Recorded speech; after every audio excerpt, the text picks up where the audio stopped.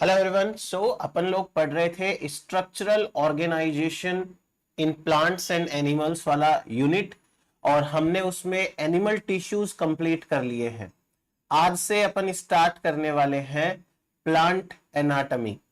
Plant anatomy क्या होती है, एक बेसिक आइडिया लेंगे आज, उसके बाद में हम प्लांट के टिश्यूज के बारे में पढ़ेंगे। चलिए स्टार्ट करते हैं बेसिक्स के साथ में। तो हम डिस्कस करने वाले हैं प्लांट एनाटॉमी के बारे में। प्लांट एनाटॉमी,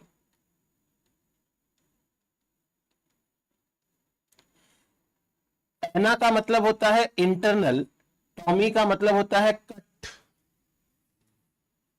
इंटरनल स्ट्रक्चर्स को कट करके उनकी स्टडी करना, उसे कहते हैं एनाटॉमी। चाहे आप कोई भी ब्रांच ले लीजिए, एनाटॉमी का मतलब होगा इंटरनल स्टडी। तो प्लांट एनाटॉमी का मतलब क्या हो गया, डेफिनेशन क्या हो गया, पादपों की आंतरिकी का अध्ययन, या यूं कह सकते हैं study of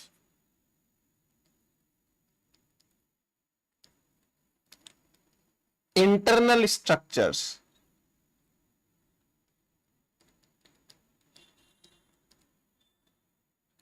of plants. Plants की इंटरनल स्ट्रक्चर्स, आंतरिक संरचनाओं का अध्ययन, उसे हम कहते हैं प्लांट एनाटॉमी। अब प्लांट एनाटॉमी के फादर कौन है, पितामह कौन है, आपसे यह सवाल भी पूछा जा सकता है एग्जाम में। फादर ऑफ प्लांट एनाटॉमी, तो भाई प्लांट एनाटॉमी के फादर हैं नियमान ग्र्यू, एन ग्र्यू, ये है फादर। यहीं पे आपसे ये भी पूछ सकते हैं कि इंडियन प्लांट एनाटॉमी के फादर कौन है। भारत में सबसे ज्यादा प्लांट एनाटॉमी की शाखा में किसका योगदान है, father of Indian plant anatomy.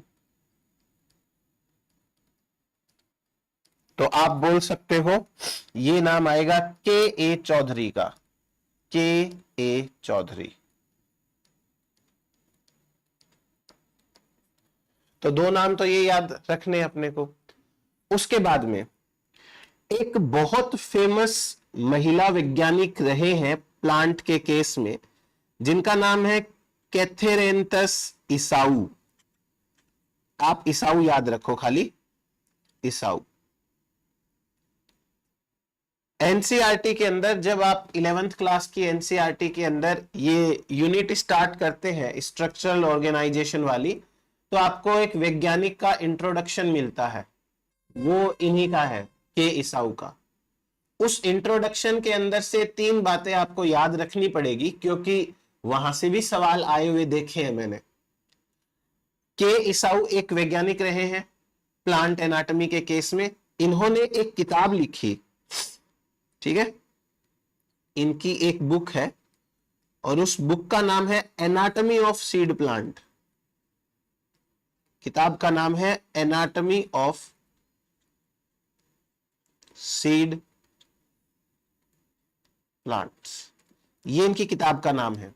आपसे ये पूछ सकते हैं कि भाई ये किताब किसने लिखी, या इन्होंने जो किताब लिखी उसका नाम क्या है, एक चीज। दूसरी चीज, इस किताब के अंदर, वैसे तो ये एनाटॉमी की किताब है, पर इस किताब के अंदर इन्होंने प्लांट के सारे ब्रांचेस के बारे में थोड़ा इंट्रोडक्शन दे रखा है, जैसे प्लांट की टेक्सोनोमी के बारे में भी, एम्ब्रियोलॉजी के बारे में भी, ऐसे करके। तो इस किताब को बोलते हैं Webster of plant biology.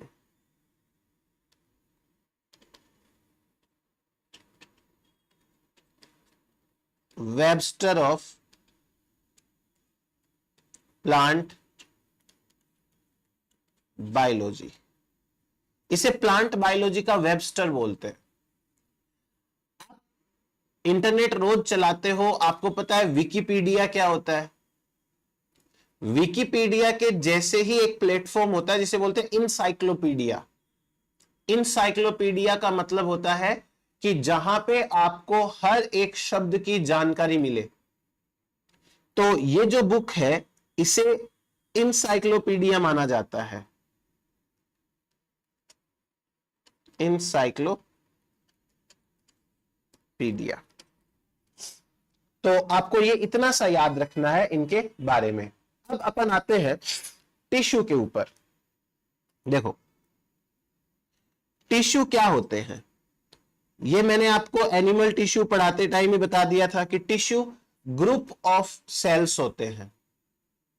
Sales मिलके टिश्यू बनाती है, टिश्यू मिलके ऑर्गन बनाते हैं।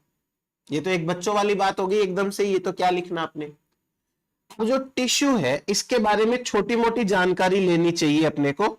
जैसे छोटी मोटी जानकारी के नाम पे क्या लिखेंगे अपन, टिश्यू शब्द किसने दिया, ये शब्द किसने दिया, तो मैंने आपको लिखवाया था, ये शब्द एन ग्रू ने दिया है। शब्द दिया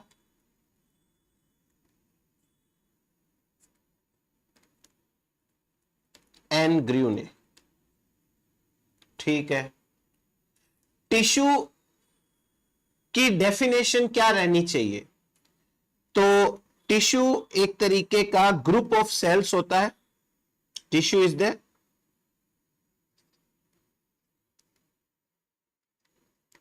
ग्रुप ऑफ सेल्स, ऐसी सेल्स जिनका कॉमन ओरिजिन होता है। मोस्ट ऑफ द टाइम इनका फंक्शन भी कॉमन होता है।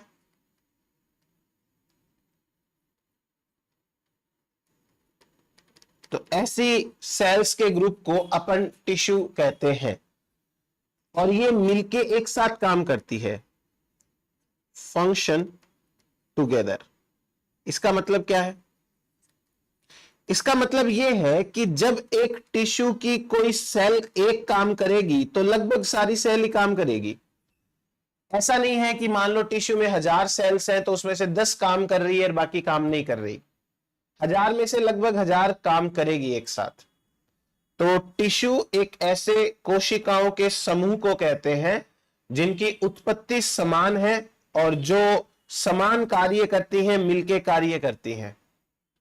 फिर टिश्यू शब्द किसने दिया, एन ग्रू ने। N Grew father of plant anatomy है और इंडियन प्लांट एनाटॉमी के फादर के चौधरी हैं। अब टिश्यू को सबसे पहले डिवाइड किसने किया, यानी वर्गीकृत किसने किया, तो टिश्यू का सबसे पहले डिवीजन किया गया बाय नेगली। टिश्यू को डिवाइड करने वाले वैज्ञानिक है नेगली। तो टिश्यू को डिवाइड किया नेगली ने। अब उसके बाद में इन्होंने टिश्यू को 2 ग्रुप में डिवाइड किया, एक तो है मेरिस्टेम, एक है परमानेंट। तो पहला जो ग्रुप है वो तो है मेरिस्टेम टिश्यू का, और दूसरा ग्रुप है वो है परमानेंट टिश्यू का। Meristem tissue, permanent tissue. अब मैं आपको इन दोनों के अंदर अंतर बता देता हूं और आगे समझते हैं अपन क्या समझना है वो। देखो एक टाइप का टिश्यू है वो है मेरिस्टेम टिश्यू, और दूसरे टाइप का टिश्यू है वो है परमानेंट टिश्यू।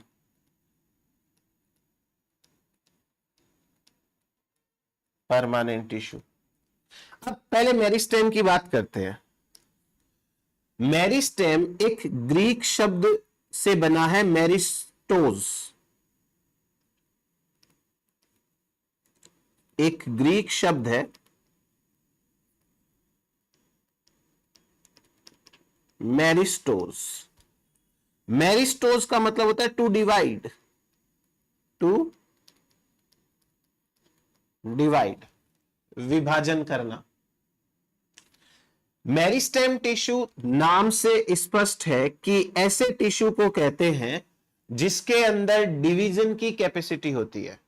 जो डिवाइड कर सकता है वो मेरिस्टेम होता है, और परमानेंट वो होता है जो बन बना के बैठ जाता है, डिवाइड नहीं करता। तो मेरिस्टेम टिश्यू की सबसे पहली खास बात क्या हो गई कि इसके पास में होती है कैपेसिटी टू डिवाइड, डिवाइड करने की कैपेसिटी इनके पास में होती है। क्लियर? अब थोड़ा सा इसकी सेल्स के बारे में समझो। देखो, जो मेरिस्टेम की सेल्स होती है ना, उन सेल का एक ही काम है, जल्दी जल्दी और ज्यादा से ज्यादा डिवाइड करना। तो आप एक बार कुछ चीजों को लॉजिकली समझ के देखो। जो सेल्स जल्दी जल्दी डिवाइड करेगी उनके क्या कैरेक्टर्स होने चाहिए? ये तो है प्राइमरी वॉल, ये है एक न्यूक्लियस, इसे बोलते हैं कॉन्स्पिकस न्यूक्लियस, कॉन्स्पिकस यानी सुस्पष्ट, साफ सुथरा न्यूक्लियस। और जो कोशिका द्रव है वो बहुत ज्यादा सघन है, डेंस साइटोप्लाज्म। तो अभी आप समझना कि मेरिस्टेम टिश्यू की क्या क्या खास बातें हैं। पहली खास बात तो यही है कि मेरिस्टेम टिश्यू के पास में डिवीजन की कैपेसिटी होती है, तभी तो उसका नाम मेरिस्टेम है।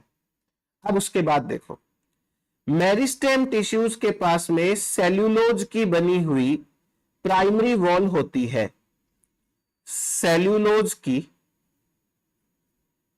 प्राइमरी वॉल या प्राथमिक कोशिका भित्ति प्रेजेंट होती है। दूसरा, इनके पास में लिग्निन वाली सेकेंडरी वॉल नहीं होती, क्योंकि वो होगी तो मर जाएगी सेल, इसलिए इनके पास लिग्निन की सेकेंडरी वॉल एब्सेंट होती है। तो ये तो दो बाहर के कैरेक्टर्स आ गए। अब ये कोशिकाएं आकार में छोटी होती हैं, साइज स्मॉल होती है। अब चूंकि एक तो इनकी साइज स्मॉल है और दूसरा इनको बार बार डिवाइड करना है, इसलिए इन कोशिकाओं के बीच में खाली जगह नहीं पाई जाती, मतलब इंटरसेल्युलर स्पेस एब्सेंट होता है। इंटर सेल्यूलर स्पेस एब्सेंट होगा यहां पे। नेक्स्ट देखो, इन कोशिकाओं का काम है फटाफट डिवाइड करते रहना, इसलिए ये परमानेंट कोशिकाओं जैसे फंक्शन नहीं करेगी। जैसे इनके पास में संचित खाद्य पदार्थ नहीं होता, रिजर्व फूड नहीं होता इनके पास में। क्या काम है रिजर्व फूड का? इनको तो डिवाइड करते रहना है, इनको कौन सा फूड को स्टोर करके बैठना है। सो रिजर्व फूड एब्सेंट होता है, रिजर्व फूड एब्सेंट। दूसरा कैरेक्टर देखो इनका, इनके अंदर प्लास्टिड नहीं होते, क्योंकि प्लास्टिड होंगे ना तो तीन तरीके के प्लास्टिड है, क्लोरोप्लास्ट, एमाइलोप्लास्ट, ल्यूकोप्लास्ट। क्लोरोप्लास्ट होगा तो वो कार्बोहाइड्रेट स्टोर करेगा, एमाइलोप्लास्ट होगा तो वो स्टार्च स्टोर करेगा, ल्यूकोप्लास्ट होगा तो वो फैट वगैरह स्टोर करेगा। मतलब प्लास्टिड है वो कुछ ना कुछ स्टोर ही करते हैं, और स्टोर तो कराना नहीं है, इसलिए इन कोशिकाओं के पास प्लास्टिड नहीं होने चाहिए,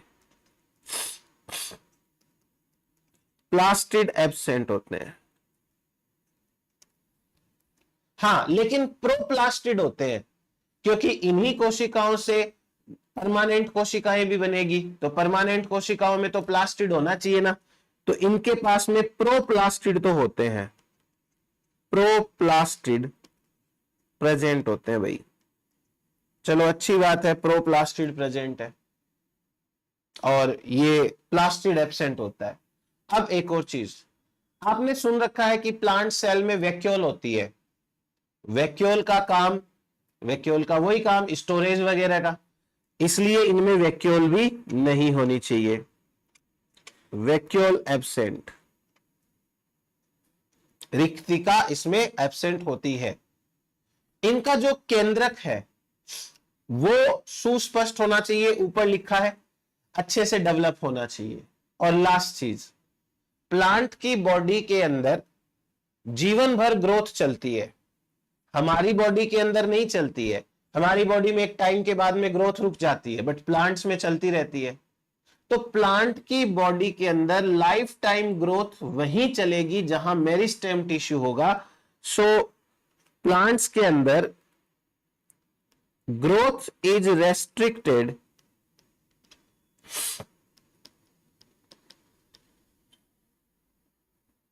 टू मेरिस्टेम। ये एक बार के लिए आपको मेरिस्टेम जो सेल्स है उनके कैरेक्टर्स याद रखने हैं, बाकी ज्यादा एक बार ना उलझे आप। अब परमानेंट टिश्यू के ऊपर आ जाओ। परमानेंट टिश्यू वो टिश्यू है जिसमें डिवीजन की कैपेसिटी नहीं होती। There is no capacity of division, no division capacity, division की कैपेसिटी नहीं है। अब इस परमानेंट टिश्यू को दो पार्ट में डिवाइड या दो टाइप्स में डिवाइड किया जाता है। एक तो होता है सिंपल परमानेंट, एक होता है कॉम्प्लेक्स परमानेंट। एक का नाम है सिंपल परमानेंट, एक का नाम है कॉम्प्लेक्स परमानेंट। अब सिंपल परमानेंट है और कॉम्प्लेक्स परमानेंट है, उनका मीनिंग क्या है? नाम से ही अच्छे से समझ में आ रहा है। सिंपल परमानेंट का मतलब होता है कि जिसमें सारी कोशिकाएं सेम हो तो उसे सिंपल कह देंगे। और अगर कॉम्प्लेक्स की बात करें तो उनके अंदर कोशिकाएं अलग अलग होती हैं। जैसे जाइलम फ्लोएम है तो जाइलम में 4 अलग कोशिकाएं होती हैं, फ्लोएम के अंदर 4-5 अलग कोशिकाएं होती है। सिंपल परमानेंट के अंदर आप इतना सा लिख के छोड़ दो, group of similar sales.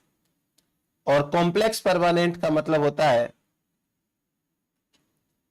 Group of different cells. अलग प्रकार की कोशिकाओं का समूह है, उसे तो अपन कहते हैं कॉम्प्लेक्स, और सेम है तो सिंपल। तो ये हुआ अपने पास में। अब अपन आते हैं मेरिस्टेम टिश्यू के ऊपर।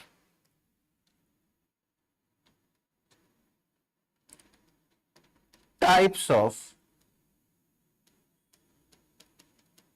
Meristem tissue.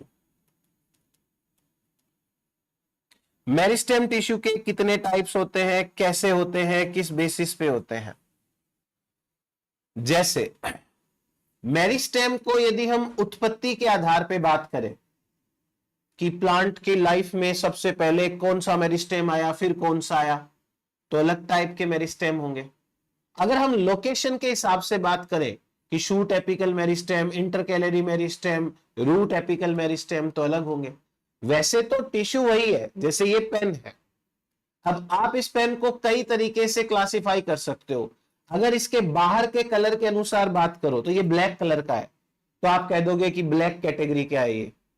अगर आप इसके राइटिंग के हिसाब से बात करो तो ये कागज पे नहीं चलता है, ये एक डिवाइस पे चलता है, तो ये एक इलेक्ट्रॉनिक पेन है, तो अलग कैटेगरी हो गई, है ना। ऐसे ही अगर आप इंटरनल स्ट्रक्चर के हिसाब से बात करो कि ये बैटरी से चलता है कि बिना बैटरी से, ये बिना बैटरी के चलता है, इसको चार्ज नहीं करना पड़ता है। इसमें होगा कोई ऐसा मटेरियल जो इस डिवाइस पे चलता हो, तो ये विदाउट बैटरी वाला पेन है। पेन तो वही है, पर आपके क्लासिफाई करने के तरीके बदल गए। वैसे ही टिश्यूज तो वही रहने वाले हैं, बस क्लासिफाई करने का तरीका बदल जाएगा। तो अब आपको थोड़ा बहुत है ना चीजों को समझना पड़ेगा, अपना दिमाग भी थोड़ा थोड़ा लगाना पड़ेगा। बाकी मैं तो समझा ही रहा हूं आपको सारी चीजें। तो देखो, सबसे पहले अपन बात करते हैं on the basis of origin and development.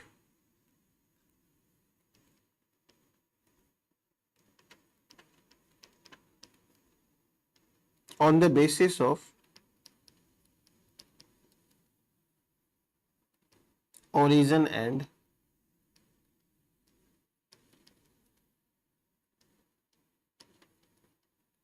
Development. Origin and development के बेसिस पे टिश्यू कितने टाइप के होते हैं? तो इनके अनुसार टिश्यू 3 तरीके के हैं। देखो, पहला, इसे कहते हैं प्रोमेरिस्टेम।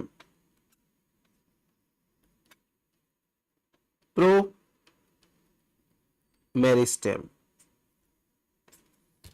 प्रोमेरिस्टेम, प्रो का मतलब है सबसे पहले, प्रो का मतलब है सबसे पहले। अब आपको एक इंटरेस्टिंग चीज बताता हूं, आप समझने की कोशिश करना।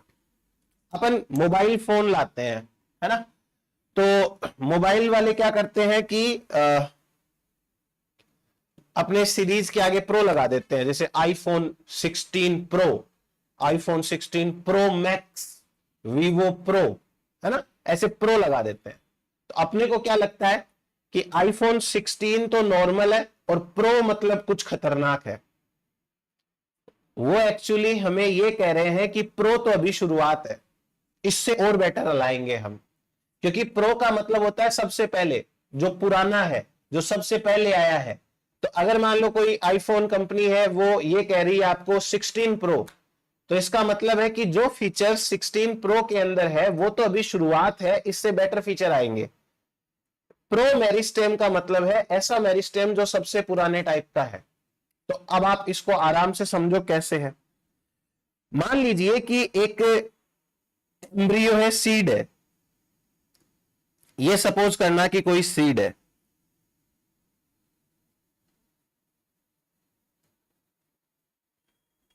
ये प्लांट सीड है। इस प्लांट सीड के अंदर लेट्स से कि ये इतना तो एंडोस्पर्म है, ये तो है एंडोस्पर्म, और ये है छोटा सा एम्ब्रियो, ये एम्ब्रियो है छोटा सा। अब आपको जान के हैरानी होगी कि एम्ब्रियो की बॉडी के अंदर स्टार्टिंग के अंदर बस थोड़ी सी सेल्स होती हैं जो एक्चुअली डिवीजन की कैपेसिटी रखती हैं। ये जो मैंने लाइन बनाई ना, गोले गोले गोले करके ऐसे, ये लाइन वो सेल है जो कि डिवीजन कैपेसिटी रखती है। ये मेरिस्टेमेटिक सेल्स हैं। एम्ब्रियो की लाइफ की सबसे पहली वाली सेल्स, एक प्लांट के लाइफ की सबसे पहली वाली सेल्स, अगर ये सेल्स को हटा लेना तो इस एम्ब्रियो में कोई भी और सेल डिवाइड नहीं कर सकती है। इसका मतलब इनका होना जरूरी है। तो जब आप इस बीज को उगाओगे तो यही सेल सबसे पहले डिवाइड करेगी, तब जाके एम्ब्रियो बनेगा, उगेगा, सॉरी। इन सेल्स को ही कहते हैं प्रोमेरिस्टेम। प्रोमेरिस्टेम समझ में आया है आपको, ये प्रोमेरिस्टेम का कॉन्सेप्ट? तो प्रोमेरिस्टेम के बारे में 3 पॉइंट लिख लेते हैं अपन। पहला, प्रोमेरिस्टेम क्या है? It is developed eight embryo stage. जो एम्ब्रियो स्टेज पर डेवलप होता है उसे प्रोमेरिस्टेम कहते हैं। प्रोमेरिस्टेम जब डिवाइड करेगा तो ये और मेरिस्टेम बनाएगा, क्योंकि अभी लाइफ की शुरुआत करनी है ना, अभी तो और ज्यादा मेरिस्टेमेटिक सेल चाहिए ना, इसलिए promeristem gives rise to primary meristem. ये प्राइमरी मेरिस्टेम बनाएगा और इसका एग्जाम्पल है एम्ब्रियोनिक मेरिस्टेम। जो एम्ब्रियो स्टेज पे है वो एम्ब्रियोनिक मेरिस्टेम। आया ना समझ में? यहीं से लाइफ की शुरुआत होती है प्लांट के। अब बनता है primary meristem. Primary meristem, primary का मतलब होता है पहले, प्रो का मतलब उससे भी पहले, प्राइमरी का मतलब होता है पहले, सेकेंडरी का मतलब होता है बाद में। प्राइमरी का मतलब होता है जरूरी, सेकेंडरी का मतलब है उतना जरूरी नहीं। तो प्राइमरी मेरिस्टेम ये एम्ब्रियो की सेल्स डिवाइड तो कर जाएगी, पर यदि आपको प्लांट बनाना है तो कुछ बेसिक स्ट्रक्चर तो बनानी पड़ेगी ना, जैसे रूट्स बनानी पड़ेगी, स्टेम बनाना पड़ेगा। ब्रांचेस मत बनाओ पर लीफ तो बनानी पड़ेगी। प्राइमरी मेरिस्टेम ऐसा मेरिस्टेम है जो प्लांट की बॉडी की प्राइमरी स्ट्रक्चर बनाता है। जैसे आपको पूछे कि भाई एक एनिमल के अंदर प्राइमरी स्ट्रक्चर क्या क्या होनी चाहिए, तो एक एनिमल के अंदर देखा जाए तो भाई हार्ट तो होना ही चाहिए। मतलब अगर मैं हार्ट वालों की बात करूं तो हार्ट होना चाहिए, बिना हार्ट के कैसे काम चलेगा। उसके बाद में जैसे लंग्स होने चाहिए, डाइजेस्टिव सिस्टम होना चाहिए, न्यूरल सिस्टम होना चाहिए। आंखें हो ना हो कोई बात नहीं, पर जिंदा रहने के लिए जो बेसिक चीजें हैं वो कहलाती है प्राइमरी। तो प्राइमरी मेरिस्टेम क्या है? ऐसा मेरिस्टेम जो एम्ब्रियोनिक मेरिस्टेम से बना है और ये बॉडी की प्राइमरी स्ट्रक्चर बनाता है, जैसे रूट हो गया, स्टेम हो गया, लीफ हो गया। इन तीनों में से कोई भी स्ट्रक्चर एब्सेंट होगी तो हायर प्लांट्स जिंदा नहीं रहेंगे। ऐसे तो एल्गी के अंदर रूट नहीं होती है, पर हम एल्गी की बात नहीं कर रहे हैं ना यहां पे। चलो अभी थोड़ा समझने की कोशिश करते हैं। प्राइमरी मेरिस्टेम कहां से आया? It develops from प्रोमेरिस्टेम।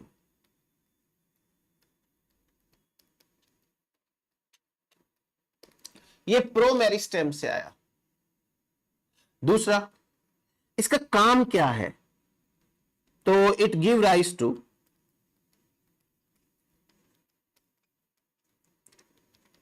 Primary structures of plant. Primary structures of plant body. Plant की बॉडी की प्राइमरी स्ट्रक्चर्स है वो बनाता है, जैसे रूट, स्टेम, लीफ एटसेट्रा, ये सारी चीजें बनाता है। प्राइमरी मेरिस्टेम वो मेरिस्टेम है जो प्लांट की लाइफ में पहले आता है। सेकेंडरी तो तब आएगा जब प्लांट बड़ा बन जाएगा। तो ये मेरिस्टेम अपीयर होता है early in life of plant. Appear early in life of plant. Plant की लाइफ में ये अर्ली अपीयर होता है। क्लियर? अब एक और चीज देखो, आप एक चीज का ध्यान रखना। जैसे मान लीजिए कि ये कोई एक सेल है और ये सेल है primary meristem cell. Primary meristem cell. अब ये सेल डिवीजन करती है, तो डिवीजन के साथ साथ इसके दो काम होते हैं। एक तो ये करेगी डिवीजन,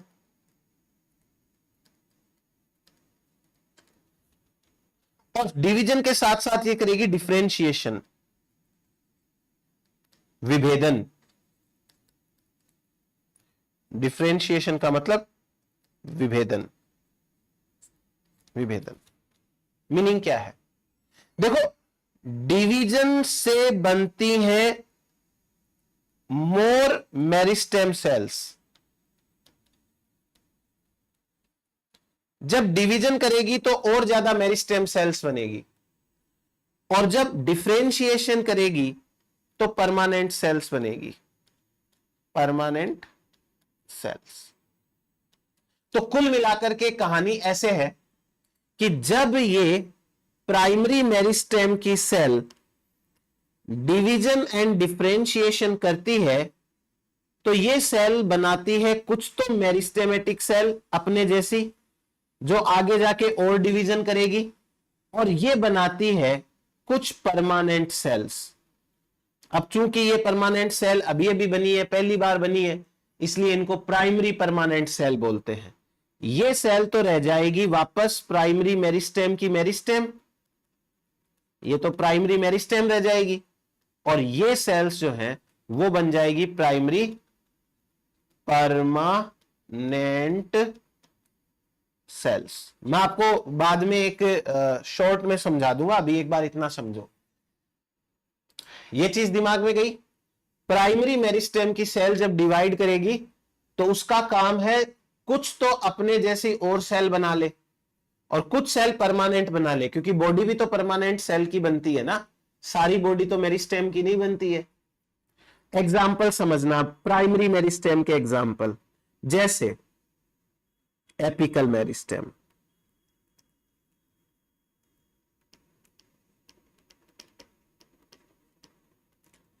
जैसे इंटरकैलरी मेरिस्टेम,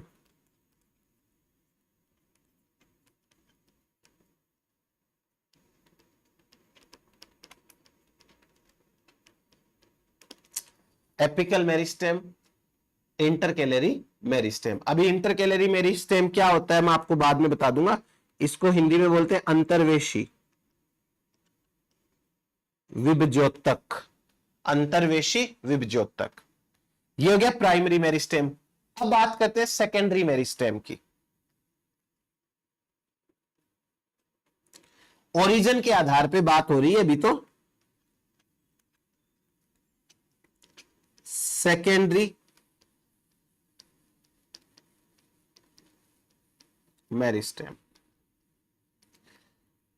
सेकेंडरी मेरिस्टेम क्या होता है पहले तो नाम से सुनो। सेकेंडरी जो लाइफ में बाद में डेवलप होता है, सेकेंडरी जो उतना भी ज्यादा जरूरी नहीं है, उसे सेकेंडरी कहते हैं। आप सोचो कि एक प्लांट है वो नॉर्मल ग्रो कर गया, उसे जिंदा रहने के लिए जितनी स्ट्रक्चर चाहिए थी सारी की सारी बना ली। अब भी यदि वो ग्रो करे तो कहां करे? तो फिर तो वो टेढ़ा मेढ़ा ग्रो करेगा, मोटाई बढ़ जाएगी। तो मोटाई बढ़ाने के लिए जो टिश्यू चाहिए वो सेकेंडरी मेरिस्टेम होता है। देखो सेकेंडरी मेरिस्टेम बनता कहां से है, अभी बताते हैं सेकेंडरी मेरिस्टेम कहां से बनता है। तो उसके लिए आपको एक अलग से कहानी सुननी पड़ेगी। क्या कहानी सुननी पड़ेगी? एम्ब्रियो के पास सबसे पहले प्रोमेरिस्टेम है, प्रोमेरिस्टेम, ठीक है। प्रोमेरिस्टेम की सेल डिवाइड होती है और बनता है प्राइमरी मेरिस्टेम, प्राइमरी मेरिस्टेम।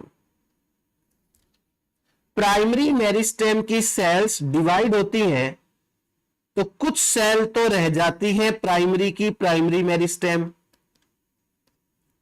लेकिन कुछ सेल बन जाती है primary permanent cells,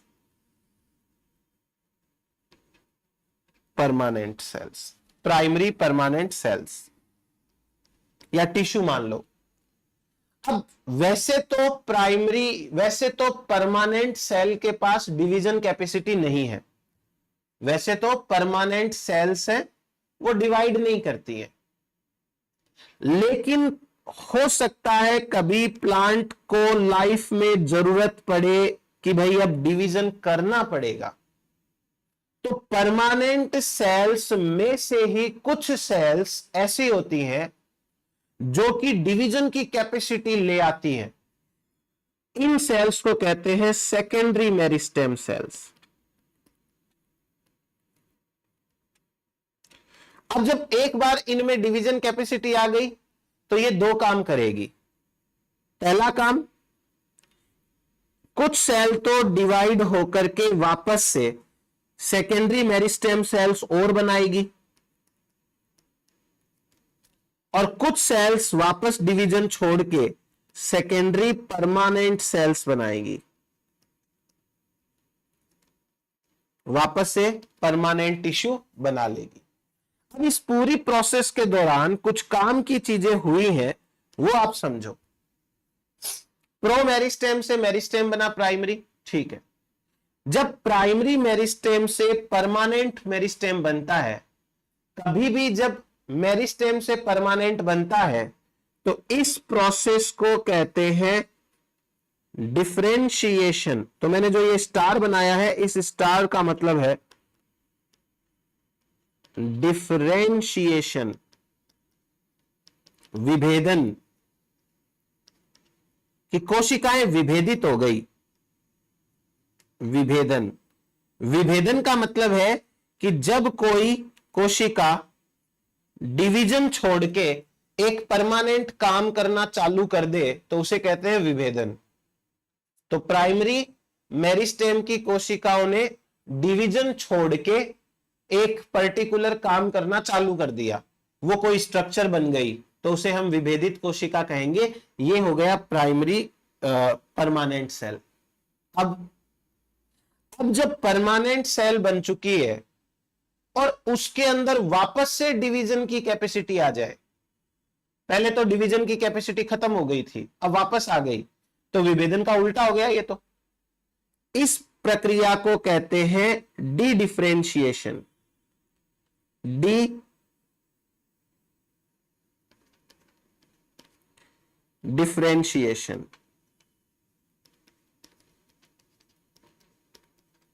D differentiation को कहते हैं विविभेदन। विविभेदन, वापस से कोशिकाओं में विभाजन की क्षमता आ गई। ठीक है। अब जब primary meristem secondary meristem cells बन गई, तो देखो सेकेंडरी मेरिस्टेम सेल्स एक तो सेकेंडरी मेरिस्टेम बनाती है और ज्यादा, लेकिन ये सेल्स भी वापस से विभेदित होती है। तो जो ये वाला सिंबल बनाया है मैंने, इस सिंबल का मतलब होता है रीडिफरेंशिएशन। एक बार तो इन कोशिकाओं में पहले विभेदन हो चुका था, इनमें वापस से विभेदन हुआ एक बार फिर, इसे कहते हैं पुनर्विभेदन।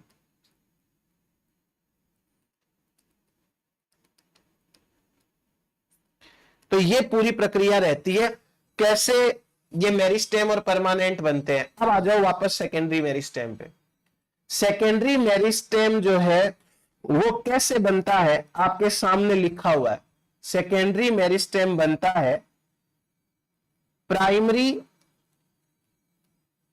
परमानेंट टिश्यू में डी डिफरेंशिएशन से। D differentiation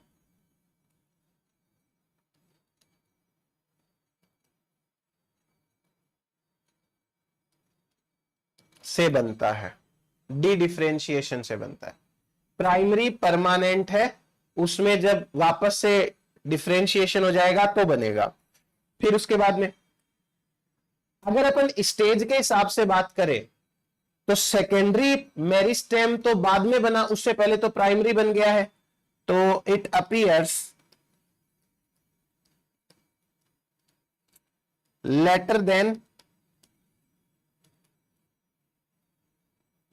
primary meristem. ये प्राइमरी मेरिस्टेम से लेट बनता है। प्राइमरी मेरिस्टेम का काम है प्राइमरी स्ट्रक्चर बनाना, जैसे जड़, तना, पत्ती, ऐसे।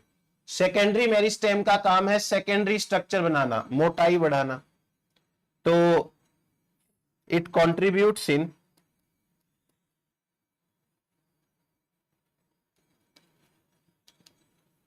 Secondary growth. सेकेंडरी ग्रोथ करवाता है ये। अब सेकेंडरी ग्रोथ, अब मतलब इसके एग्जाम्पल देखो कौन कौन से हैं, ध्यान से समझना मेरी बात को। एग्जाम्पल, आपने डेफिनेटली, चाहे आप बॉटनी के हो या जूलॉजी के हो, बीएससी में तो बॉटनी पढ़ी है, 11th 12th में भी पढ़ी है। आपने वेस्कुलर बंडल का नाम सुना है?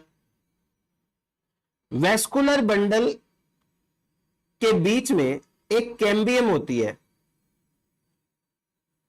ये एक वेस्कुलर बंडल है, ये दूसरा वेस्कुलर बंडल है, और ऐसे करके एक रिंग बन जाती है वेस्कुलर बंडल की, इस तरीके से, वो बाद में बताऊंगा।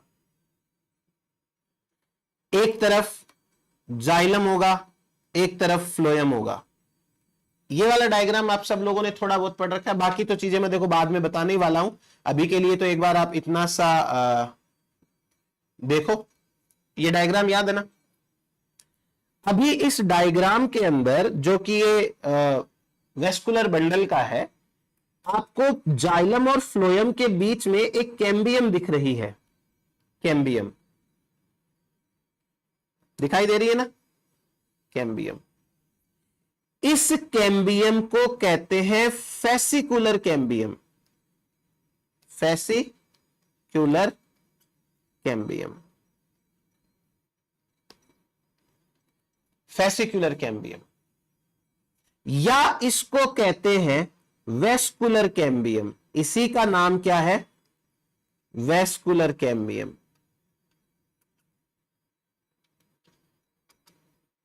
वेस्कुलर कैम्बियम, क्योंकि ये वेस्कुलर बंडल में है इसलिए इसका नाम क्या है, वेस्कुलर कैम्बियम। पर ये वाली कैम्बियम प्लांट के पास में पहले से थी। ये वाली कैम्बियम प्लांट के पास में पहले से थी, इसलिए ये जो कैम्बियम है वो प्राइमरी मेरिस्टेम का एग्जाम्पल है। प्राइमरी मेरिस्टेम, ये बात आप अच्छे से दिमाग में बिठा लेना। सॉरी, इसको वेस्कुलर कैम्बियम नहीं बोलते, इसको इंट्राफेसिकुलर कैम्बियम बोलते हैं। Intra फेसिक्युलर cambium. इंट्रा का मतलब विदिन, विदिन एक के बीच में।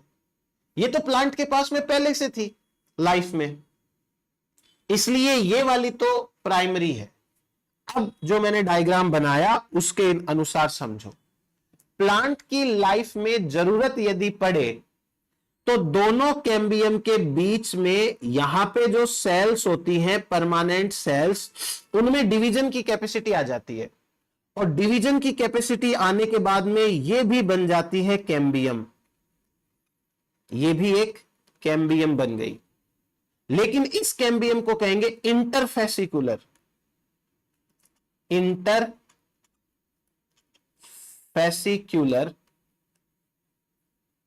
Interfascicular cambium.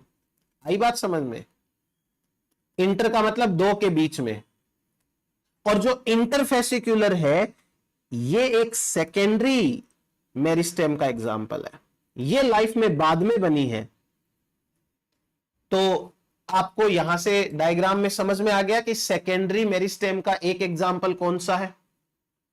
अब उसके बाद में इंटरफेसिकुलर कैम्बियम के अलावा और एग्जाम्पल देखो, जैसे कॉर्क कैम्बियम। मैं बाद में समझा पाऊंगा, ये तो थोड़ा और ही ज्यादा डिटेल्ड है।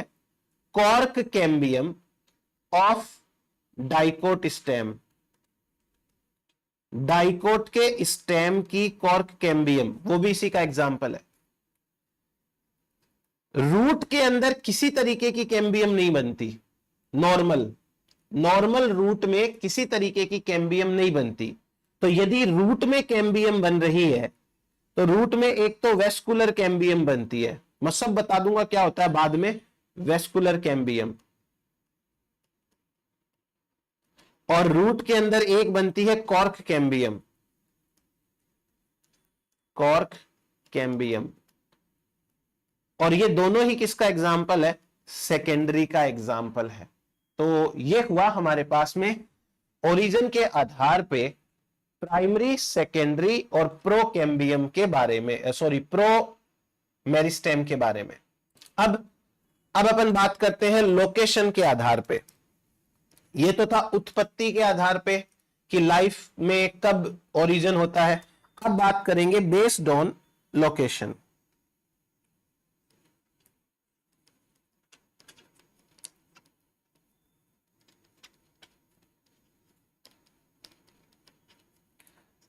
बेस्ड ऑन लोकेशन, लोकेशन के आधार पे कैसे चलता है ये काम। लोकेशन के आधार पे बात करें तो फिर से अपने पास में कुछ तीन तरीके के टिश्यूज हैं। जैसे सबसे पहले apical meristem, apical meristem. Apical meristem जो सबसे ऊपर हो उसे एपिकल मेरिस्टेम कहते हैं। ये प्राइमरी मेरिस्टेम का एग्जाम्पल है, क्योंकि ये लाइफ में पहले ही बनता है, ये चाहिए शुरुआत से ही चाहिए ये, तो ये सबसे पहले बनता है, मतलब प्रो के बाद में सबसे पहले बनता है, प्राइमरी का एग्जाम्पल है। कहां प्रेजेंट होता है? देखो, एपिकल मेरिस्टेम एक तो प्रेजेंट होता है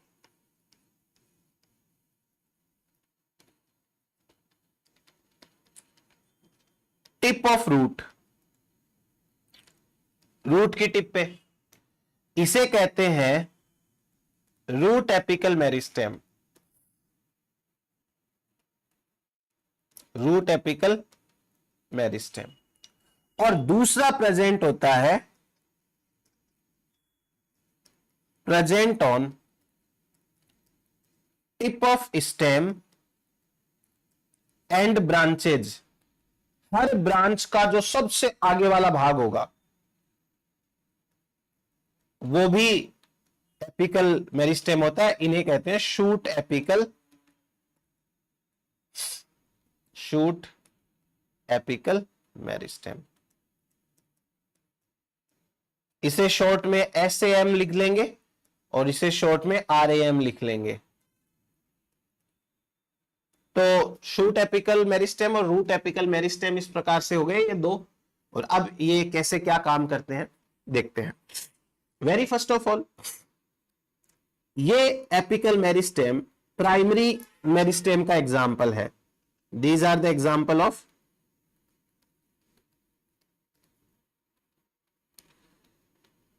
प्राइमरी मेरिस्टेम। ठीक, अब प्राइमरी मेरिस्टेम का एग्जाम्पल है तो ये प्राइमरी टिश्यू बनाते हैं, जैसे ये प्राइमरी टिश्यू प्रोडक्शन करते हैं, ये टिश्यू प्रोडक्शन। अब चूंकि ये टिप के ऊपर है, ये जैसे मान लो ये टिप यहां पे है, तो जो टिश्यू टिप के ऊपर होगा वो लंबाई बढ़ा सकता है, साइड में मोटाई तो बढ़ा नहीं सकता। तो ये क्या करते हैं, दे आर रेस्पॉन्सिबल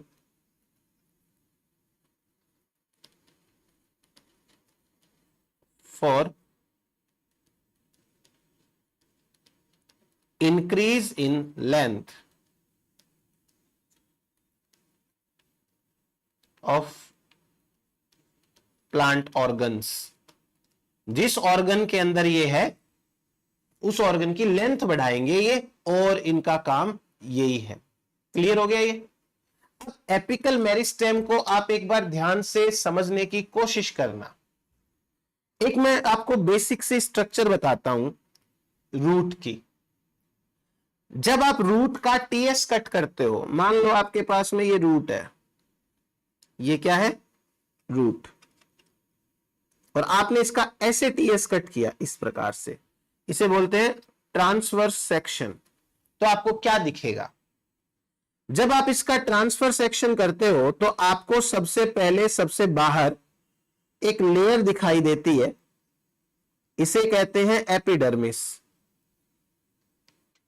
ऐसे ये एपिडर्मिस होती है, ठीक है, एपिडर्मिस। एपिडर्मिस के बाद में कॉर्टेक्स वाला पार्ट होता है, तो ये बहुत सारी सेल्स हैं, ये कॉर्टेक्स का मतलब कॉर्टेक्स कहलाती है। मैं डिटेल में बाद में बताऊंगा, अभी तो आप एक बार समझने के हिसाब से समझो, ये कॉर्टेक्स वाला पार्ट होता है, ठीक। उसके नीचे कॉर्टेक्स के बाद में यहां पर प्रेजेंट है पेरिसाइकिल,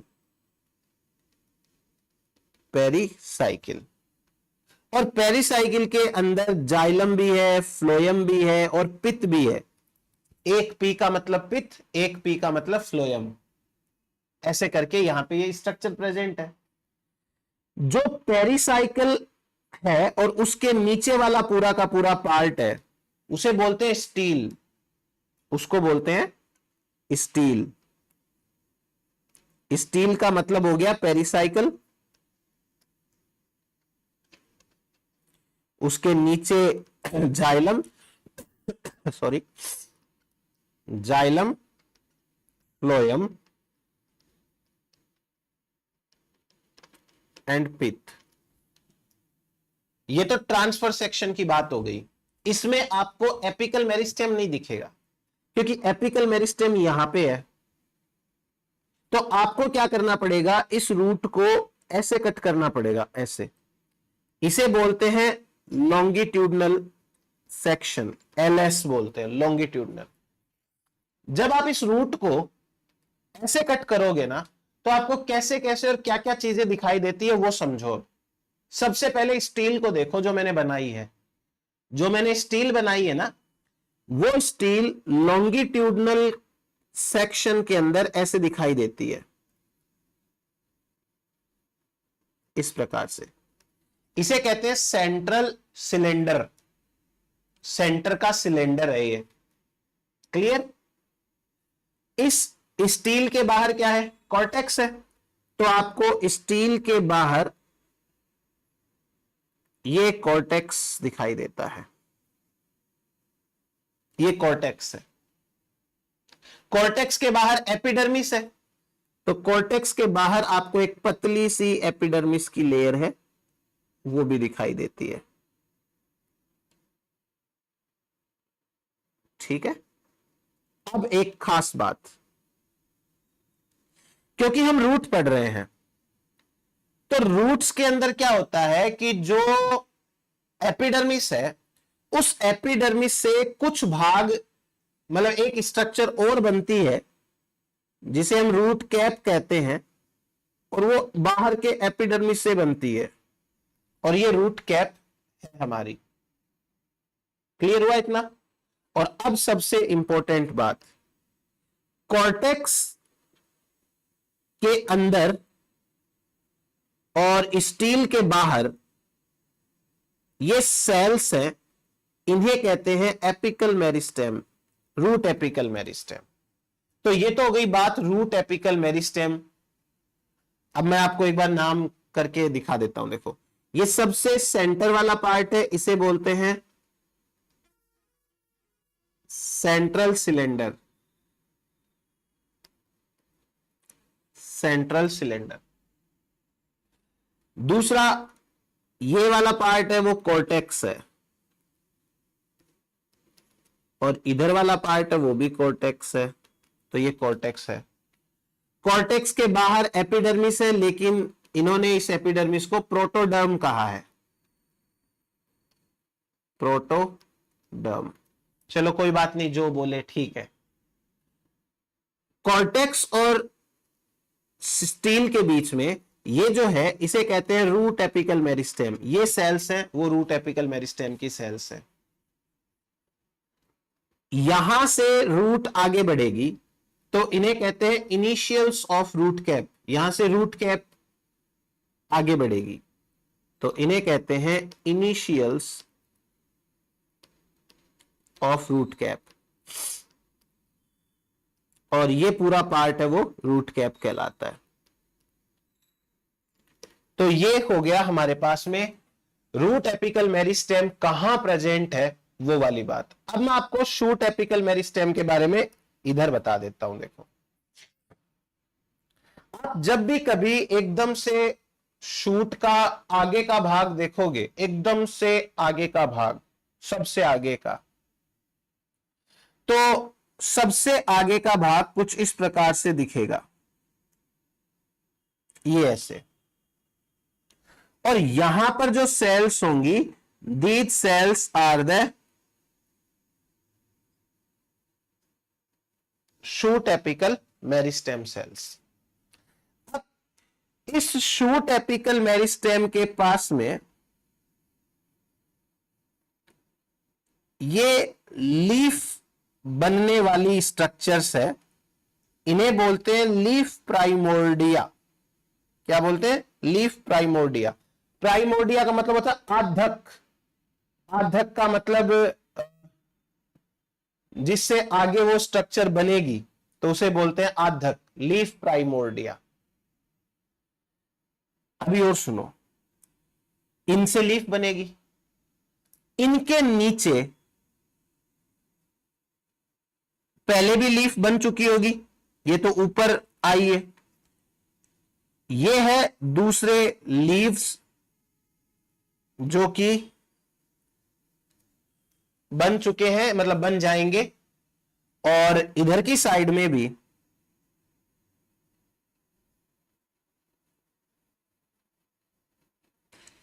ये लीफ की स्ट्रक्चर है और ये है स्टेम। देखो, तो अभी ना मैं आपको सब समझा देता हूं, आप टेंशन मत लो। ये वाला पार्ट तो स्टेम है, तो इसको तो अपन छोड़ देते हैं, और सॉरी, स्टेम के सबसे ऊपर वाला पार्ट है, ये वाला पार्ट शूट एपिकल मेरिस्टेम है, शूट एपिकल मेरिस्टेम। क्लियर? अब मेरी बात ध्यान से सुनो। अभी जो मैंने शूट एपिकल मेरिस्टेम बनाया है वो कुछ दिनों पहले थोड़ा नीचे था, फिर वो ऊपर चला गया। तो जब शूट एपिकल मेरिस्टेम ऊपर की तरफ वृद्धि करता है तो साइड के अंदर लीफ बनाता चलता है। ये डेवलपिंग लीफ है, डेवलपिंग लीफ, और ये है लीफ प्राइमोर्डिया, इससे बाद में लीफ बनेगी, लीफ प्राइमोर्डिया। इन लीफ को खाना पीना मिलता रहना चाहिए, इसलिए स्टेम से इनके अंदर वेस्कुलर सप्लाई जाती है। ये जाइलम और फ्लोएम है, क्योंकि इनको खाना पीना मिलता रहना चाहिए, जो लीफ खाना बनाएगी वो वापस आता रहना चाहिए, तो जाइलम और फ्लोएम दोनों इसमें चाहिए।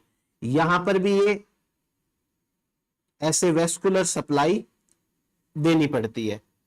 तो ये जो पार्ट है that is differentiating vascular tissue, differentiating vascular tissue. अब मैं आपको एक चीज समझाता हूं।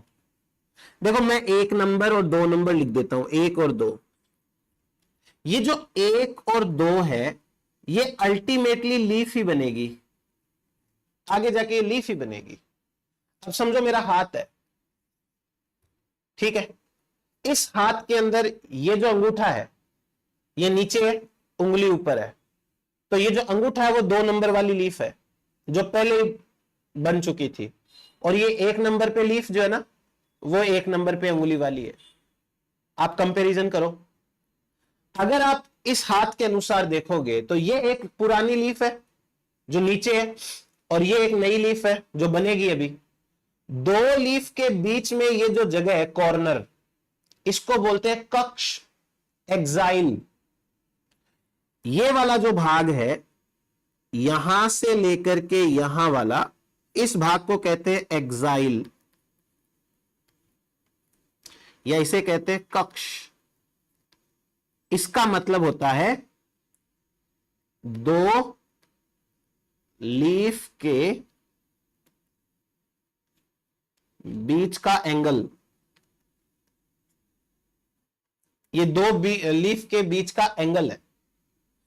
इस एंगल के अंदर आपको एक छोटी सी गांठ जैसी स्ट्रक्चर दिख रही है, इसे कहते हैं एक्सिलरी बड, कक्षस्थ कलिका, एक्सिलरी बड।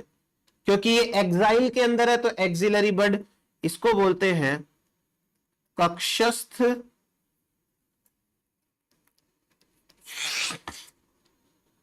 कलिका, एक्सिलरी बड या कक्षस्थ कलिका। क्या करेगी ये? 2 लीफ के बीच में से यहां से या तो फ्लावर बनेगा या ब्रांच बनेगी। आप चाहे से फील्ड में जाके देख लो, कोई भी पौधा, घर में तुलसी का पौधा हो तो उसको देख लो, ज्यादा अच्छे से समझ में आएगा। नीचे वाली लीफ और ऊपर वाली लीफ के बीच में से या तो ब्रांच निकलती है एक और, उस पे लीफ लग सकती है, या वहां फ्लावर बन जाता है। खैर तुलसी में तो ऊपर बनता है फ्लावर। तो जो एक्सिलरी बड है वो axillary bud present in axil of leaf और ये या तो ब्रांच बनाती है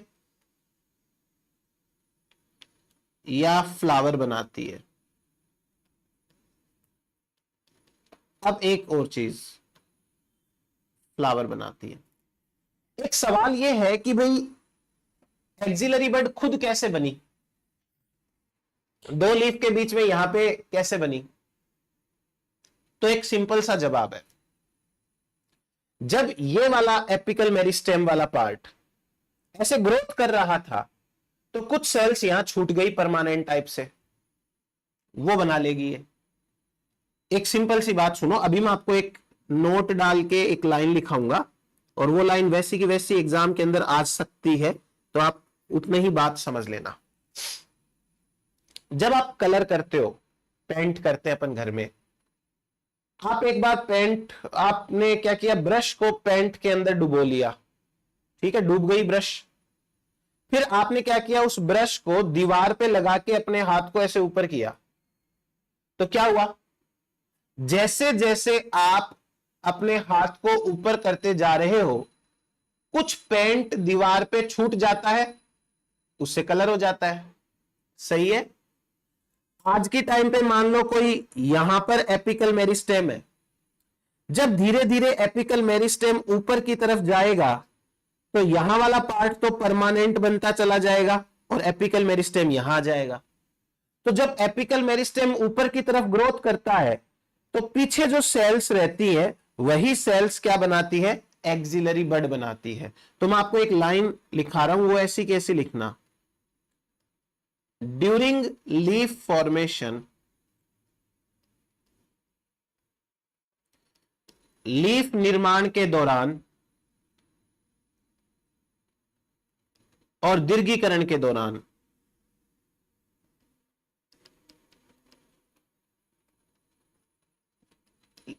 लीफ निर्माण व स्टेम दीर्घीकरण के दौरान कुछ सेल्स पीछे छूट जाती हैं,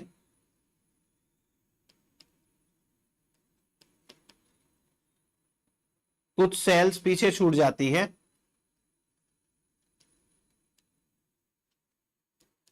जो एक्सिलरी बड का निर्माण करती है।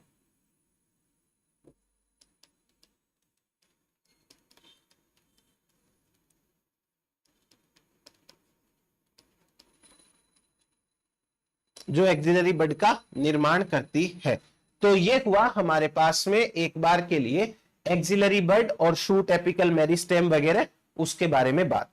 अब तीसरा टाइप का लोकेशन के आधार पे जो है उसे हम कहते हैं lateral meristem. Lateral meristem, lateral का मतलब होता है साइड में, इसे पार्श्व विभज्योतक कहते हैं, पार्श्व विभज्योतक, साइड में। आप एक चीज समझना, अगर प्लांट की बॉडी के अंदर वो जो सेंट्रल स्टील वाला पार्ट देखे अपन पूरी बॉडी में, तो उसके जो साइड में जो भी है उसे लेटरल कहते हैं। जैसे मान लो हमारा जो शरीर है, उसका जो सिर है इतना, इस इतने मोटाई के हिसाब से हमें पूरी बॉडी को ऐसे एक लाइन खींच दो, इस लाइन के इधर की साइड में जो भी है उसे हम कहते हैं लेटरल। तो लेटरल मेरिस्टेम कहां होगा वो समझ में आया। जो सेंट्रल मेरिस्टेम, सेंट्रल स्ट्रैंड है ना, उसके साइड में। अब जैसे यदि मैं मान लो एक प्लांट के हिसाब से बात करूं, प्लांट के हिसाब से अगर मैं आपको एक्सप्लेन करना चाहूं तो देखिए कैसे कर सकते हैं अपन एक्सप्लेन। ये तो हो गया एपिकल मेरिस्टेम,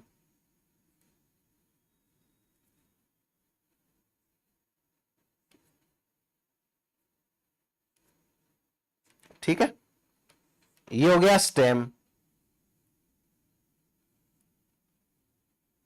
और लास्ट में जाके ये मान लो ये रूट्स हो गई, ऐसे करके ये रूट है, ये स्टेम है। क्लियर। अब आपको क्या करना है, जैसे मैंने बोला ना, मेरा जो सिर है उसके हिसाब से ऐसे मेरे शरीर में ऐसे एक लाइन खींच दो। वैसे ही आप एपिकल मेरिस्टेम जो है उसके लेंथ के हिसाब से एक लाइन खींच दो।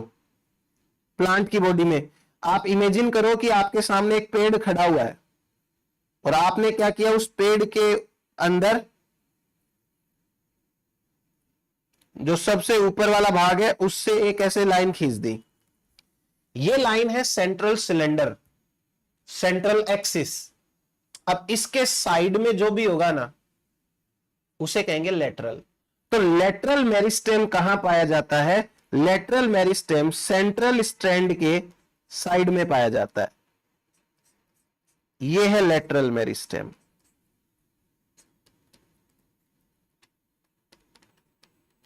Lateral meristem.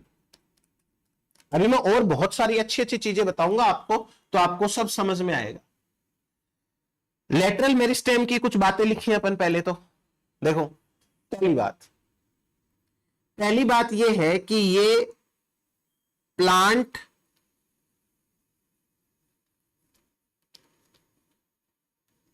बॉडी के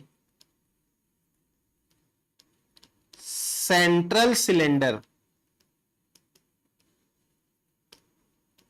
प्लांट बॉडी के सेंट्रल सिलेंडर ऑर्गन्स के lateral side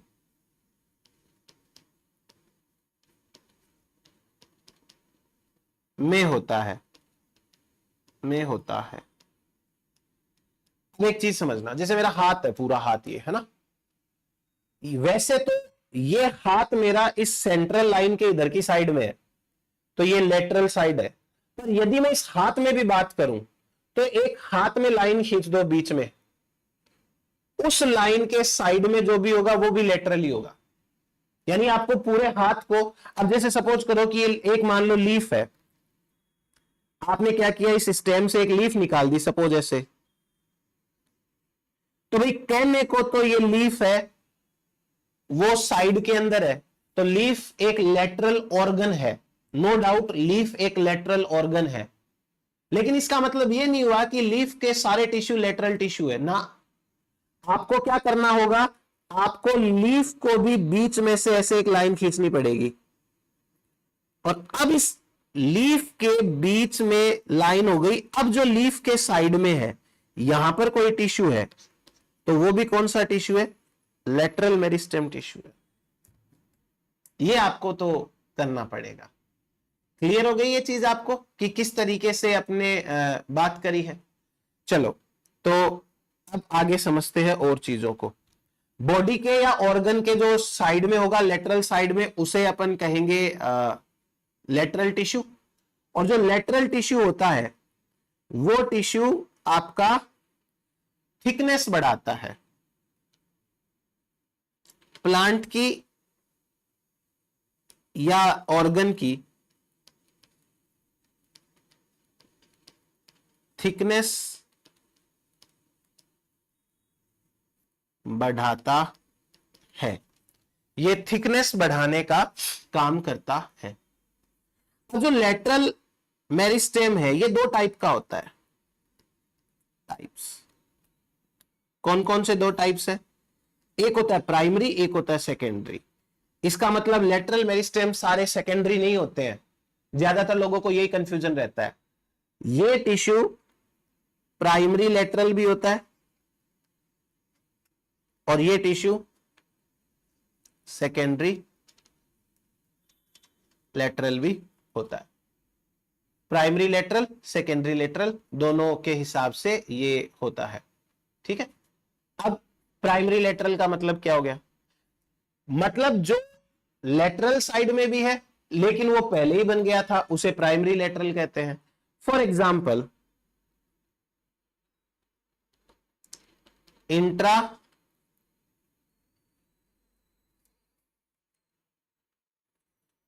fascicular cambium, intrafascicular cambium, intrafascicular cambium of dicot stem. अभी बताया था ऊपर मैंने इंट्राफेसिकुलर कौन सी होती है, जो जाइलम फ्लोएम के बीच में है, जो वेस्कुलर बंडल के बीच में है, उस कैम्बियम को इंट्राफेसिकुलर कैम्बियम या नॉर्मल फेसिकुलर कैम्बियम कहते हैं। वो प्राइमरी का एग्जाम्पल है क्योंकि वो सेंट्रल लाइन के साइड में है। अब दूसरा देखो, दूसरा है मार्जिनल मेरिस्टेम या लीफ मार्जिनल मेरिस्टेम, जो लीफ के साइड में बनाया मैंने। ये तो प्राइमरी का एग्जाम्पल है और ये जो लेटरल है ये वाला, ये सेकेंडरी का एग्जाम्पल रहेगा अपना।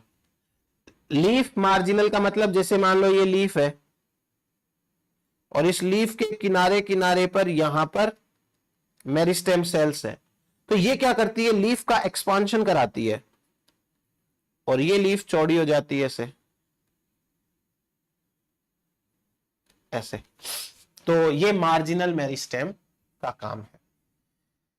ये तो गया प्राइमरी के बारे में। अब अपन बात करते हैं सेकेंडरी के बारे में। देखो जो सेकेंडरी मेरिस्टेम होता है, पहली बात तो सेकेंडरी मेरिस्टेम है वो परमानेंट से ही तो बनता है, प्राइमरी परमानेंट से सेकेंडरी बनता है, इसलिए ये मेरिस्टेम मैच्योर रीजन के बीच में होता है, present in mature regions of root and shoot. Root व शूट के मैच्योर रीजन में होता है। ये प्लांट में बाद में बनता है, appear later in life, later in life, life में बाद में बनता है। ये छोटी छोटी बातें हैं, आप लिख लें खाली। ये सेकेंडरी ग्रोथ कराता है, ऑब्वियस सी बात है, सेकेंडरी ग्रोथ कराता है, थिकनेस को इंक्रीज करता है ये, और पैरेलल प्रेजेंट होता है टू ऑर्गन्स साइड, ऑर्गन्स के साइड में पैरेलल प्रेजेंट होता है। तो ये इतना हो गया। जैसे एग्जाम्पल समझो, अब एग्जाम्पल है interfascicular cambium, interfascicular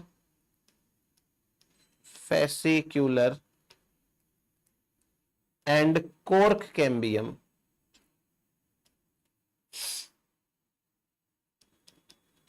cork cambium of dicot stem. एक है cork cambium and vascular cambium of dicot root. Cork cambium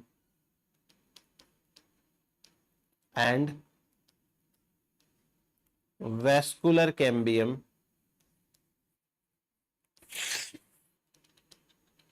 of dicot root. तो ये भी अपना सेकेंडरी लेटरल है, उसका ही एग्जाम्पल होता है। फिर उसके बाद में एक और टाइप का मेरिस्टेम समझते हैं अपन, intercalary meristem. Intercalary meristem, intercalary meristem क्या होता है, बात करते हैं अपन। देखो इंटरकैलरी का मतलब होता है बीच बीच में। प्लांट की बॉडी के अंदर कई बार मेरिस्टेमेटिक सेल्स परमानेंट सेल के बीच में फंसी हुई रहती है, बस वो जरूरत पड़ने पर ही डिवाइड करती है, ऐसे नहीं कि हर बार ही डिवाइड कर रही है, पर होती तो है। उन्हें कहते हैं इंटरकैलरी मेरिस्टेम। जैसे देखो इंटरकैलरी मेरिस्टेम के अंदर आपका एग्जाम्पल समझते हैं। जैसे मान लो कि ग्रास प्लांट है,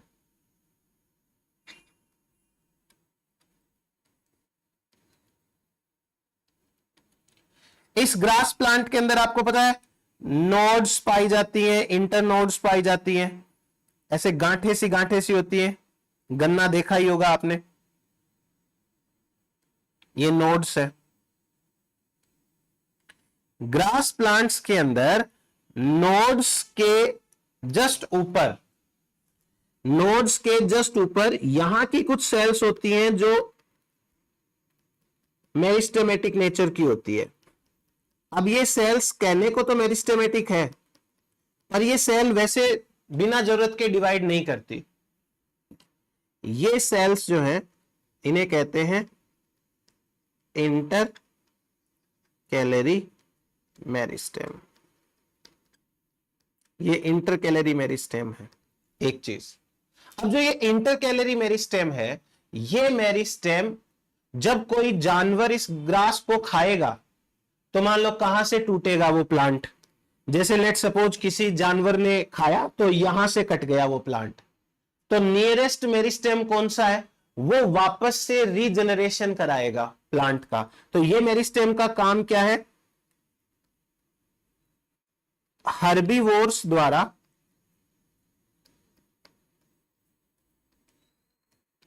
खाए जाने पर प्लांट का रीजनरेशन कराते हैं, प्लांट का रीजनरेशन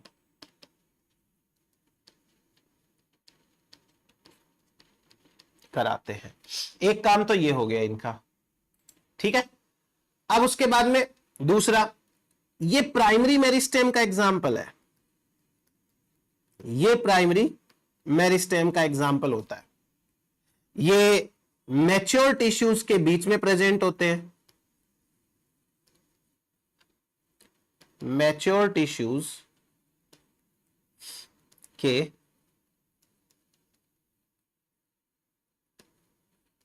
बीच में प्रेजेंट, मैच्योर टिश्यू होगा जहां जहां पर प्रेजेंट होते हैं ये। जैसे मोनोकोट स्टेम जो है, मोनोकोट स्टेम में इंटरनोड के बेस पर, इंटरनोड के बेस यानी कि नोड के ऊपर, नोड के ऊपर प्रेजेंट होते हैं। तो जो मैंने आपको डायग्राम बना के दिखाया है, इस डायग्राम के अंदर ये तो है नोड, तो नोड के तो जस्ट ऊपर हो गए, और ये वाला पार्ट है इंटरनोड, तो इंटरनोड के बेस पे हो गए, नोड के ऊपर इंटरनोड के बेस में। कई बार ये लीफ बेस पे भी प्रेजेंट होते हैं। जो पाइनस प्लांट होता है ना, जिम्नोस्पर्म, पाइनस की लीफ के बेस पर प्रेजेंट, वहां पर भी ये प्रेजेंट होते हैं, और प्राइमरी मेरिस्टेम का ये एग्जाम्पल है, तो उसको प्राइमरी के अनुसार आप ट्रीट करें। अब हम बात करते हैं फंक्शन के आधार पे। मेरिस्टेम्स के प्रकार पढ़ रहे हैं, अब अपन पढ़ेंगे बेस्ड ऑन फंक्शन। फंक्शन के आधार पे मेरिस्टेम तीन तरीके के होते हैं। कौन कौन से? पहला होता है प्रोटोडर्म, प्रोटोडर्म। प्रोटोडर्म नाम से स्पष्ट है। तो प्रोटोडर्म क्या करेगी? एपिडर्मल टिश्यू सिस्टम का निर्माण करेगी। ये एपिडर्मिस से संबंधित जितने भी स्ट्रक्चर्स हैं वो बनाएगी। प्रोटोडर्म एक तो आउटर मोस्ट लेयर है, आउटर मोस्ट लेयर। दूसरा, ये एपिडर्मल टिश्यू सिस्टम बनाती है, एपिडर्मल टिश्यू सिस्टम का निर्माण, एपिडर्मल टिश्यू सिस्टम का निर्माण करती है ये। अब एपिडर्मल टिश्यू सिस्टम कौन कौन, इसमें क्या क्या पार्ट आएंगे? क्या क्या स्ट्रक्चर्स आएगी, जैसे देखो एपिडर्मिस, सबसे बाहर की लेयर एपिडर्मिस। एपिडर्मिस के बाद में जैसे स्टोमेटा, ये भी एपिडर्मल टिश्यू सिस्टम का पार्ट है। जैसे रूट हेयर, जैसे स्टेम हेयर, जैसे ट्राइकोम्स, ये सारे के सारे एपिडर्मल टिश्यू सिस्टम में आते हैं। अब एक चीज बताता हूं, दो तरीके के डिविजन्स होते हैं। एक तो होता है एंटीक्लाइनल डिवीजन, एंटीक्लाइनल डिवीजन। एंटीक्लाइनल डिवीजन का मतलब जब एक सेल ऐसे डिवाइड करे सीधी, तो उसे कहते हैं एंटीक्लाइनल डिवीजन। और एक होता है periclinal division, periclinal division. Periclinal division का मतलब जब कोई एक सेल ऐसे डिवाइड करे तो उसे कहते हैं पेरिक्लाइनल डिवीजन। प्रोटोडर्म की सेल्स हमेशा एंटीक्लाइनल डिवीजन करती है।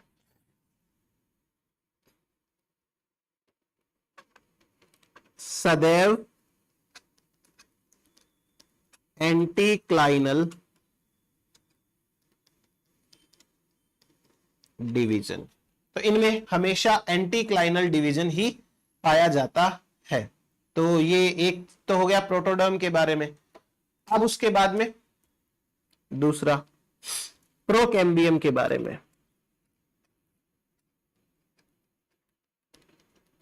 प्रोकैम्बियम, कैम्बियम से पहले प्रोकैम्बियम। प्रोकैम्बियम इस तरीके की सेल्स हैं, देखो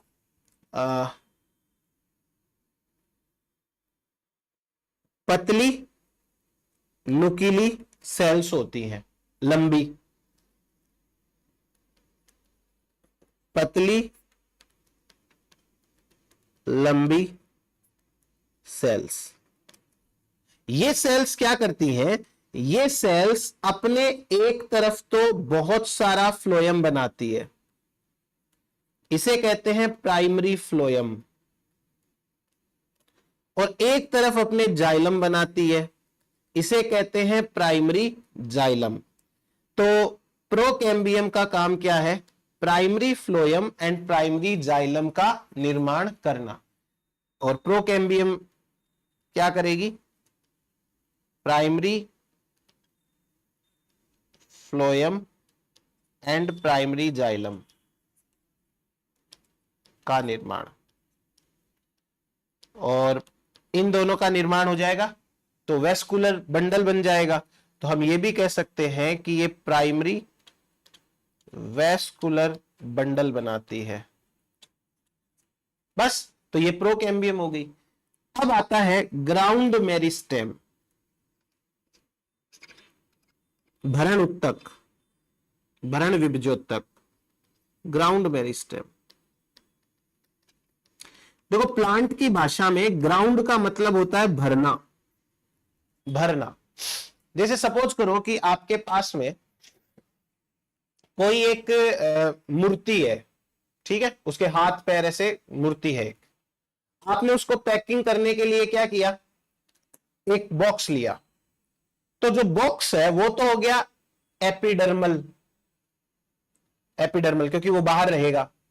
जो मूर्ति है मेन, वो मूर्ति को आपने बॉक्स के बीच में रख दिया, वो हो गया हमारा वेस्कुलर। अब बॉक्स के बीच में और मूर्ति के बीच में काफी सारी जगह बच गई ना, इस जगह को ऐसी चीज से भरना है कि वो टूटे नहीं, उसे कहेंगे ग्राउंड। आप इससे समझ लो, अच्छे से समझ में आ जाएगा। तो ग्राउंड मेरिस्टेम है, वो बनाता है ground tissue system. Ground tissue system का निर्माण, ग्राउंड टिश्यू सिस्टम का निर्माण करता है। ग्राउंड टिश्यू सिस्टम में क्या क्या आता है, देखो ग्राउंड टिश्यू सिस्टम में आता है हाइपोडर्मिस, एपिडर्मिस के जस्ट नीचे हाइपोडर्मिस। मैं ना आपको एक अलग से क्लास के अंदर बेसिक चीजें समझा दूंगा सारी की सारी, जिससे आपको प्लांट एनाटॉमी ओवरऑल अच्छे से समझ में आएगी। अभी एक बार तो लिख लो खाली आप, हाइपोडर्मिस। इसके अलावा जनरल कॉर्टेक्स, जनरल कॉर्टेक्स। इसके अलावा एंडोडर्मिस,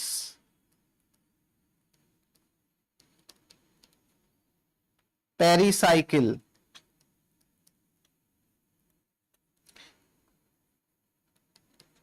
पित्त, पित्त को बोलते हैं मेडुला।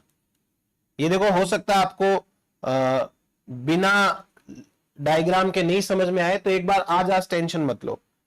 उसके अलावा पित्त रेज, इन्हें कहते हैं मेडुलरी रेज।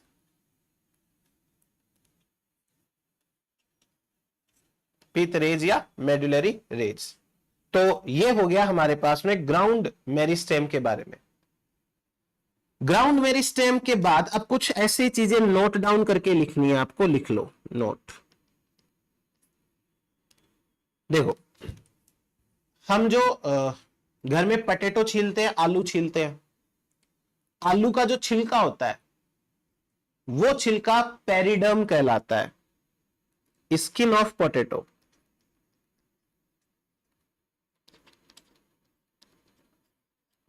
इसे कहते हैं पेरिडर्म, परिचर्म, परिचर्म, पेरिडर्म। और रूट और शूट की जो टिप होती है उसमें एपिडर्मिस एब्सेंट होती है। रूट एंड शूट टिप, इसमें एपिडर्मिस एब्सेंट है, एपिडर्मिस एब्सेंट।